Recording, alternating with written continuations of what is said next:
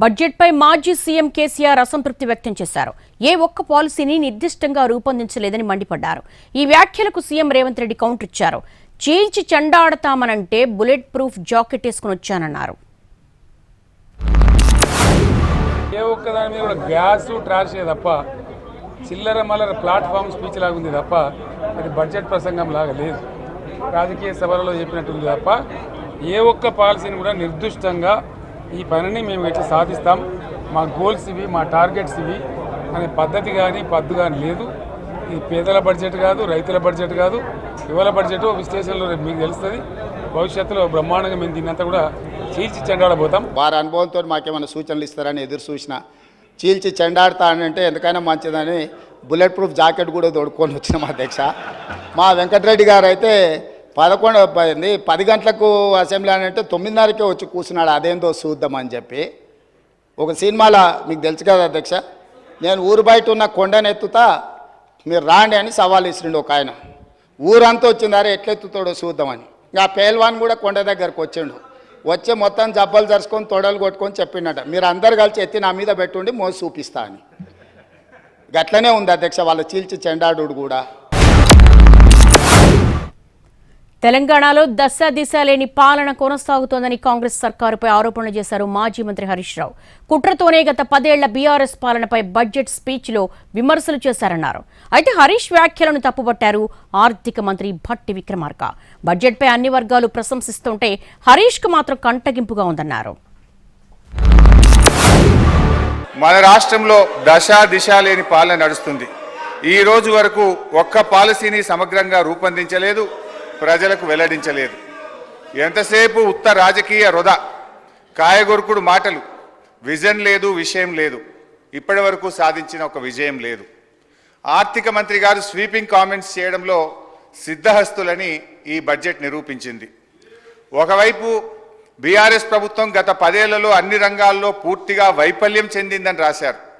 మరొక వైపు ఇదే బడ్జెట్లో రాష్ట్ర తలసరి ఆదాయం 3,47,229 రూపాయలని పేర్కొన్నారు. ఇంత సెల్ఫ్ కాంట్రడిక్షనా అధ్యక్ష? ఇంత కన్ఫ్యూజనా అధ్యక్ష? ఇంత కుట్రనా అని నేను అడుగుతా ఉన్నా. వాళ్ళు ఆర్థిక విధ్వంసం చేసి రాష్ట్రాన్ని అప్పులపాలు చేసి అసలు ఈ రాష్ట్రంలో పనిచేస్తున్నటువంటి ఉద్యోగస్తులకి జీతాలు కూడా ఇవ్వలేనటువంటి కటకటలాడే పరిస్థితులు ఈ రాష్ట్రాన్ని నెట్టేస్తే ఇప్పుడే కొద్దిగా ఘాట్లో పెట్టి నెల మొదటి తారీఖున వాళ్ళ జీతాలు ఇస్తూ ఇటు వ్యవసాయాన్ని, సంక్షేమాన్ని, పరిశ్రమల్ని, హైదరాబాద్ నగరాన్ని, మహిళల్ని, యువతని అందరినీ దృష్టిలో పెట్టుకొని ఒక ఆలోచనాభరితమైనటువంటి బడ్జెట్ను ప్రవేశపెడితే రాష్ట్ర వ్యాప్తంగా ప్రజలందరూ హర్షిస్తూ ఉన్నారు. కానీ హరీష్ రావు గారు ఒక్కడికి మాత్రం చాలా కంటగింపుగా ఉంది అధ్యక్ష.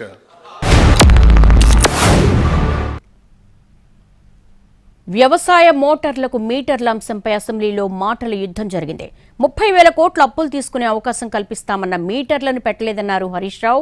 ఒప్పందం చేసుకుని బుకాయిస్తున్నారని కౌంటర్ ఇచ్చారు రేవంత్ రెడ్డి.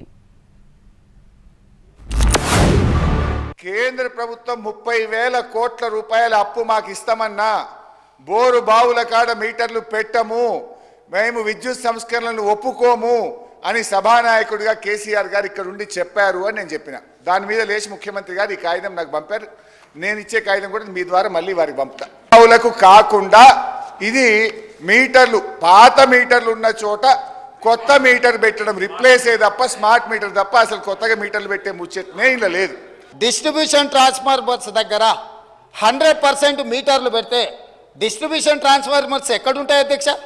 డిస్ట్రిబ్యూషన్ ట్రాన్స్ఫార్మర్స్ కింద వ్యవసాయ కనెక్షన్స్ ఉండవా? వ్యవసాయానికి పోయే కాడ నరేంద్ర మోడీ గారు మీరు కలిసి 2017 జనవరి 4 నాడు సంతకాలు పెట్టినరు. రాష్ట్ర ప్రభుత్వం ఈ ఒప్పందాలను ఒకవేళ అమలు చేయకపోతే, ఈ స్మార్ట్ మీటర్స్ బిగించకపోతే ఈ అగ్రిమెంటును ఉల్లంఘించడమని కేంద్ర ప్రభుత్వము డిస్కాంల మీద చర్యలు తీసుకునే అవకాశం ఉంది. ఇప్పుడు మెడ మీద కత్తి వేలాడుతుంది. వీళ్ళు చేసిన దుర్మార్గమైన ఒప్పందాలు తెలంగాణ రాష్ట్రానికి గుదిబండగా మారి ఆనాడు వాళ్ళు ప్రేమించుకున్నప్పుడు సంతకాలు పెట్టుకున్నప్పుడు ఇవన్నీ కనిపిరాలి. కానీ ఎన్నికల దగ్గరకు వచ్చినప్పుడు వ్యవసాయ పంపు సెట్లకు మీటర్లు పెడితే రైతులు ఊరేస్తారని తెలిసి ఇవాళ మేము తిరగబడ్డాం. మేము 30,000 కోట్ల రూపాయలు తెచ్చుకోలేదు. ఎవరిని మభ్య పెడుతున్నారు అధ్యక్ష? హరీష్ రావు బిట్రియల్ వ్యాఖ్యలపై భట్టి విక్రమార్క అసహనం వ్యక్తం చేశారు. ఇచ్చిన గ్యారంటీలు అమలు చేయనప్పుడు బిట్రియల్ అనడంలో తప్పేముందన్నారు Harish Rao. Each betrayal starts from trust అని. అధ్యక్ష, ఇది అసలు వర్తిస్తే మీరా చెప్పగలిగేది ఆ మాట? మీరు చెప్పొచ్చు అసలు ఆ మాట? మార్టిన్ లూథర్ కింగ్ గురించి మీరు మాట్లాడొచ్చు అసలు? అధ్యక్ష, అది మాట్లాడితే జనం నవ్వుకుంటారు అధ్యక్ష. బిట్రయల్ గురించి మీరు మాట్లాడితే ఎట్లా? బిట్రయల్ అంటే మీరు అడగండి రాష్ట్రంలో ఎవరైనా. బిట్రయల్ అనగానే బీఆర్ఎస్ అంటారు, ట్రస్ట్ అనగానే కాంగ్రెస్ అంటారు.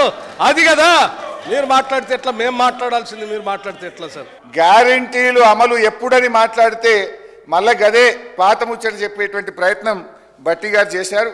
నేను అనేది ఏంటంటే ఇవాళ నిజంగా బిట్రేయల్ చేయలేదా మీరు? ఇవాళ 100 రోజుల్లో 6 గ్యారంటీలు అమలు చేస్తామని బాండ్ పేపర్ మీద రాసిచ్చి 4,000 పెన్షన్ ఇవ్వకుండా మోసం చేసింది నిజం కాదా? 2,500 మహిళలకు ఇచ్చేది నిజం కాదా? విద్యార్థులకు భరోసా కార్డు ఇయ్యింది నిజం కాదా? అందువల్ల ఆ మాట మాట్లాడినాం తప్ప మేము ఉద్దేశపూర్వకంగా మిమ్మల్ని ఏమి అనాలనుకోలేదు అధ్యక్ష. వ్యవసాయ మోటార్ల అంశంపై కాంగ్రెస్ బీఆర్ఎస్ మధ్య మాటల యుద్ధం జరిగింది.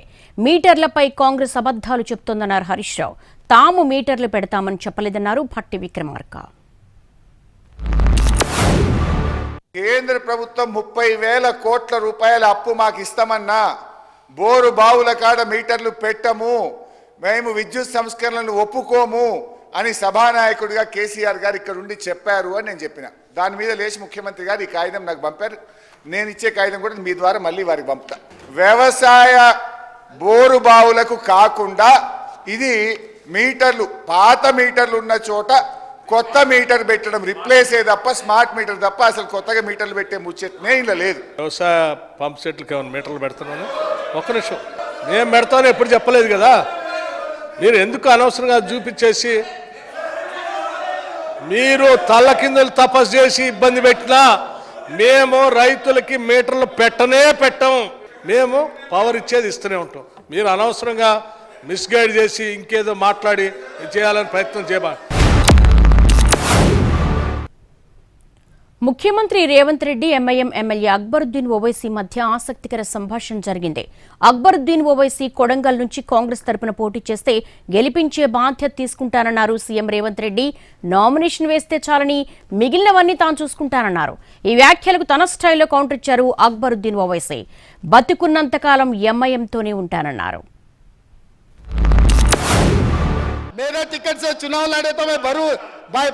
मैं अभी वादा कर रहा हूं चेयरमैन साहब, स्पीकर सर, आपके सामने अगर कोडंगल से मेरा कांग्रेस के बी फॉर्म लिए तो अकबर साहब को जिताने की जिम्मेदारी मेरी है. मैं जिम्मेदारी लेता हूं. साहब का मेरा दोस्त मेरा बी फॉर्म, मेरा पार्टी के बी फॉर्म ले लिए तो पूरा मेरा ही जिम्मेदार. आने का भी जरूरी नहीं है. नामिनेशन के ऊपर उनके दस्तखत ले जाके मैं नामिनेशन फाइल करवा देके मैं चुनाव भी नहीं लड़ूंगा. उनका चीफ इलेक्शन एजेंट बनकर मैं कोडंगल में उनको जिता के लेकर आके वहां बिठाऊंगा. वहां पर नहीं, इधर बिठाऊंगा. इधर हमारे भाई को हम डिप्टी सीएम बना लेके यहां पर बिठा के अच्छा जो बजट सैंक्शन है उन्हीं से बजट सैंक्शन करवा देंगे. हमको कोई एतराज नहीं. For a change, we had a lot of lighter moments, and all the house was into laughter, sir. But I would like to come on record and say that I am happy in my party. Akbaruddin Owaisi मरे दम तक मजलिस-ए-इत्तेहादुल मुस्लिमीन में था, मजलिस-ए-इत्तेहादुल मुस्लिमीन में ही रहेगा. मजलिस-ए-इत्तेहादुल मुस्लिमीन के दफ्तर Darussalam से ही अकबर ओवैसी का जनाजा जाएगा. రెండు ప్రభుత్వ రంగ సంస్థల మధ్య ఒప్పందాలు జరిగితే ఏదో మతలబుందని ఆరోపించడం సరైంది కాదు అన్నారు మాజీ మంత్రి జగదీష్ రెడ్డి. ఈ వ్యాఖ్యలకు సీఎం రేవంత్ రెడ్డి కౌంటర్ ఇచ్చారు. ఎక్కడ గండి కొట్టారో ఎక్కడ మెక్కారో అంతా తెలుసన్నారు. ఆ రోజు బిహెచ్ఎల్ అధ్యక్ష, ఇప్పుడు కూడా మేము చెప్తున్నాం, బిహెచ్ఎల్ ప్రభుత్వ రంగ సంస్థ, కేంద్ర ప్రభుత్వ రంగ సంస్థ. మన ఈ రాష్ట్ర ప్రభుత్వ రంగ సంస్థలు ట్రాన్స్కోట్ జెన్కో ఒక ప్రభుత్వ రంగ సంస్థకి ఇంకో ప్రభుత్వ రంగ సంస్థకు మధ్యన ఒప్పందాలు జరిగితే అందులో ఏందో మతలబు ఉంది అని చెప్పేది అమాయకత్వమా, తెలివి తక్కువతనమా, లేదా మోసం చేయడానిక, ప్రజల్ని మోసగించడానిక? ప్రభుత్వానికి ఏ రకంగా ఇలా పొరపాటు చేయడానికి అవకాశం ఉంటుంది? బిహెచ్ఎల్ నుంచి డబ్బులు తీసి లంచాలు ఇస్తారా అధ్యక్ష, చైర్మన్ గారు ఎవరికన్నా? అవుతుందా? ప్రభుత్వ రంగ సంస్థల నుంచి సాధ్యమవుతుందా? ఇవాళ బిహెచ్ఎల్కు మేము నామినేషన్ పేజ్ మీద ఇచ్చినాం. గవర్నమెంట్ టు గవర్నమెంట్ ఇస్తే కమిషన్లు వస్తాయా? ఇది పద్ధతేనా? మీరు ఎక్కడ గండి కొట్టిరు, ఎక్కడ బొక్కిండ్రు, ఎక్కడ మెక్కిండ్రు మాకు తెలియదు అనుకుంటున్నారు అధ్యక్ష. మేమేం చదువుకోకుండానే ఇక్కడికి వచ్చినాం అనుకుంటురా? బిహెచ్ఎల్కు 4000 మెగావాట్లు దాదాపు 29,000 చిల్లర కోట్లు. నేను సబ్జెక్టు కరెక్షన్ నేను రికార్డు మళ్ళీ తీసుకొని చెప్తా అధ్యక్ష. ఆనాడు ఒప్పందం చేసిరు. బిహెచ్ఎల్ నుంచి వీళ్ళ బినామీలు, వీళ్ళ బంధువులు, వీళ్ళకి కావాల్సిన వాళ్ళు సివిల్ వర్కులు మొత్తం మళ్ళీ బిహెచ్ఎల్ నుంచి వాళ్ళ కాంట్రాక్ట్ ఇచ్చారు అధ్యక్ష. ఈరోజు విచారణకి ఇస్తే ఎందుకు గుండెలు బాదుకుంటారు అధ్యక్ష? ఉన్నదంతా బిహెచ్ఎల్కి అయితే కేంద్ర ప్రభుత్వము సంఘ సంస్థకే ఇచ్చినప్పుడు బాధ ఎందుకు పడుతున్నారు అధ్యక్ష? కోర్టుకి ఎందుకు పోయినరు? విచారణ జరగొద్దని ఎందుకు అంటున్నారు? ఎందుకు పొడ పేపర్లు పెడుతున్నారు? రేవంత్ కేటీఆర్ల మాటల యుద్ధం సబితా ఇంద్రారెడ్డి వైపు టర్న్ అయింది. నేతల మధ్య ఓ స్థాయిలో మాటలు మంటలు రేపాయి. వెనకున్న అక్కల మాటలు వింటే కేటీఆర్కు జూబ్లీ బస్టాండే దిక్కని రేవంత్ అన్నారు. దీంతో సబిత ఒక్కసారిగా ఫైర్ అయ్యారు. సబిత, సీఎం రేవంత్ రెడ్డి మధ్య మాటల యుద్ధం జరిగింది. రేవంత్ను కాంగ్రెస్ పార్టీలోకి వస్తే తానే ఆహ్వానించారని, ఇప్పుడు నన్నెందుకు టార్గెట్ చేస్తున్నారని మండిపడ్డారు. ముఖ్యమంత్రి గారు ముఖ్యమంత్రి అయిన తర్వాత కేసీఆర్ ఇంటి మీద వాళ్ళ కాకినా ఇంటి మీద వాళ్ళతో కాల్ చేస్తానడు. ఎంతమంది ఉన్నారు అధ్యక్ష? ఇప్పుడు అక్కడ ఎందుకు చేర్చుకున్నారు అధ్యక్ష?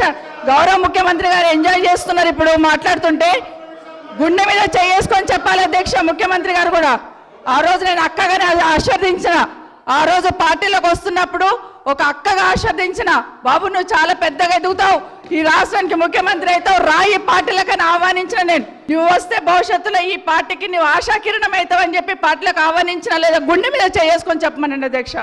ఎందుకు టార్గెట్ చేస్తున్నావు? ఏం మోసం చేశాం? ప్రజా జీవితంలో ఉన్నప్పుడు వ్యక్తిగత సంభాషణ ఉంటుంది, ప్రజా జీవితంలో చర్చ ఉంటుంది. సబితక్క ఈరోజు నేను నిన్ను కాంగ్రెస్ పార్టీలకు రమ్మన్నా, పెద్ద లీడర్ అవుతావు అని చెప్పినా, పార్టీకి నీకు భవిష్యత్తు ఉంటుందని చెప్పినా అని చెప్పింది. అది వాస్తవం. మల్కాజ్గిరి పార్లమెంట్లో ఎన్నికల్లో పోటీ చేయమని నన్ను ప్రోత్సహించి పార్టీ నన్ను ఎన్నికల్లో అభ్యర్థిగా నిర్ణయించిన తర్వాత కేసీఆర్ మాటలకు అధికారం కోసం కాంగ్రెస్ను వదిలి టీఆర్ఎస్ పార్టీలో చేరి మంత్రి పదవి పొంది తమ్ముని మోసం చేసింది కాబట్టి ఈ రోజు నమ్మొద్దు అని కేటీఆర్కి చెప్పిన అధ్యక్ష. రేవంత్ను కాంగ్రెస్ పార్టీలోకి వస్తే తానే ఆహ్వానించారని, ఇప్పుడు నన్నెందుకు టార్గెట్ చేస్తున్నారని మండిపడ్డారని సబిత విమర్శించారు. సబితకు కౌంటర్ ఇచ్చారు డిప్యూటీ సీఎం భట్టి విక్రమార్క. 10 ఏళ్ల పాటు కాంగ్రెస్లో పదవులు అనుభవించి బీఆర్ఎస్లోకి వెళ్లారని మండిపడ్డారు. ఇంకా ఏం ముఖం పెట్టుకుని సీఎంపై మాట్లాడుతున్నారని నిలదీశారు. ముఖ్యమంత్రి గారు ముఖ్యమంత్రి అయిన తర్వాత కేసీఆర్ ఇంటి మీద వాళ్ళ కాకినా ఇంటి మీద వాళ్ళతో కాల్ చేస్తానడు. ఎంతమంది ఉన్నారు అధ్యక్ష? ఇప్పుడు అక్కడ ఎందుకు చేర్చుకున్నారు అధ్యక్ష? గౌరవ ముఖ్యమంత్రి గారు ఎంజాయ్ చేస్తున్నారు. ఇప్పుడు మాట్లాడుతుంటే గుండె మీద చేసుకొని చెప్పాలి అధ్యక్ష. ముఖ్యమంత్రి గారు కూడా ఆ రోజు నేను అక్కగానే ఆశీర్వదించిన, ఆ రోజు పార్టీలోకి వస్తున్నప్పుడు ఒక అక్కగా ఆశీర్వదించిన, బాబు నువ్వు చాలా పెద్దగా ఎదుగుతావు, ఈ రాష్ట్రానికి ముఖ్యమంత్రి అవుతావు, రాయి పార్టీలకని ఆహ్వానించిన నేను. నువ్వు వస్తే భవిష్యత్తులో ఈ పార్టీకి నువ్వు ఆశాకిరణం అవుతావు అని చెప్పి పార్టీలకు ఆహ్వానించిన, లేదా గుండె మీద చేసుకొని చెప్పమనండి అధ్యక్ష. ఎందుకు టార్గెట్ చేస్తున్నావు? ఏం మోసం చేశాం? కాలం మంత్రిగా పనిచేసి కాంగ్రెస్ పార్టీలో అన్ని పదవులు అనుభవించినటువంటి సబితా ఇంద్రారెడ్డి గారు నా వెనకుండి నన్ను ఎల్ఓపిగా నిలబెట్టాల్సింది పోయి కేవలం అధికారం కోసం నేను వారి ఇంటికి వెళ్ళి కూడా అడిగాను అధ్యక్ష. నాతో పాటు అనేక మంది నాయకులను తీసుకొని పోయి, అమ్మ ఎల్లబాకండి, మీరు పోతే ఎల్ఓపి స్టేటస్ పోతుంది, కాంగ్రెస్ పార్టీ పరువు పోతుంది, 10 సంవత్సరాలు మీరు మంత్రిగా అనుభవించారు, మీరు ఇప్పుడు కూడా ఎమ్మెల్యేగా ఉన్నారు, కాంగ్రెస్ పార్టీ మీకు ఏం తక్కువ చేయలేదు, మీకు ఇంకా కావాలంటే ఇంకా చాలా చేస్తుంది, చివరికి మీ అబ్బాయికి పార్లమెంట్ సీటు కూడా కాంగ్రెస్ పార్టీ ఇచ్చింది, చేయబాకండి అని పదే బతిలాడితే వారు చేసింది ఏంది అధ్యక్ష? ఒక్కసారైనా ఆలోచన చేశారా? 32,000 ఉద్యోగాలు ఇచ్చినట్లు సీఎం రేవంత్ సభను తప్పుదోవ పట్టించారని ఆరోపించారు కేటీఆర్. అశోక్ నగర్లో నిరుద్యోగులు ఒక్క ఉద్యోగం ఇచ్చిందని చెప్తే రాజీనామాకు సిద్ధమని సవాల్ విసిరారు. 10 ఏళ్ల నిరుద్యోగులను మోసం చేసింది బీఆర్ఎస్ అని కౌంటర్ ఇచ్చారు మంత్రి సీతక్క. ఇచ్చిన హామీల అమలుకు చిత్తశుద్ధితో ఉన్నామన్నారు. ఒక్క ఉద్యోగమన్నా ఈ ప్రభుత్వం ఇచ్చిందని చెప్తే నేను అక్కడనే రాజీనామా చేసి వెళ్ళిపోతాను అధ్యక్ష. ఒక్క ఉద్యోగం రేవంత్ రెడ్డి గారి ప్రభుత్వం కాంగ్రెస్ ప్రభుత్వం వచ్చినాక కొత్తగా ఇచ్చినాము అని ఏ ఒక్క యువతి గాని యువకుడు చెప్పినా నేను అక్కడే రాజీనామా చేసి రాజకీయ సన్యాసం తీసుకుంటా అధ్యక్ష. ఒక్కరు చెప్పినా నేను చెప్తా ఉన్నా అధ్యక్ష. అక్కడే సిటీ సెంట్రల్ లైబ్రరీలో ముఖ్యమంత్రి గారికి ఉప ముఖ్యమంత్రి గారికి మా పార్టీ తరపున తెలంగాణ యువత తరపున 1,00,000 మందితో పౌర సన్మానం కూడా పెడతామని చెప్పి నేను చెప్తా ఉన్నా అధ్యక్ష. 10 ఏళ్లల్లా మరి గత తెలంగాణ ఉద్యమంలో ఇంటికో ఉద్యోగం ఇస్తామని చెప్పి మోసం చేసి మీరు ఉస్మానియా యూనివర్సిటీకి 10 ఏళ్లలో పోలేని పరిస్థితి తెచ్చుకున్నది మీరు. ఆయన చెప్పే ఉద్యోగాల కథ ఎట్లున్నదంటే కోట శ్రీనివాస్ గారి యొక్క కోడి కథ.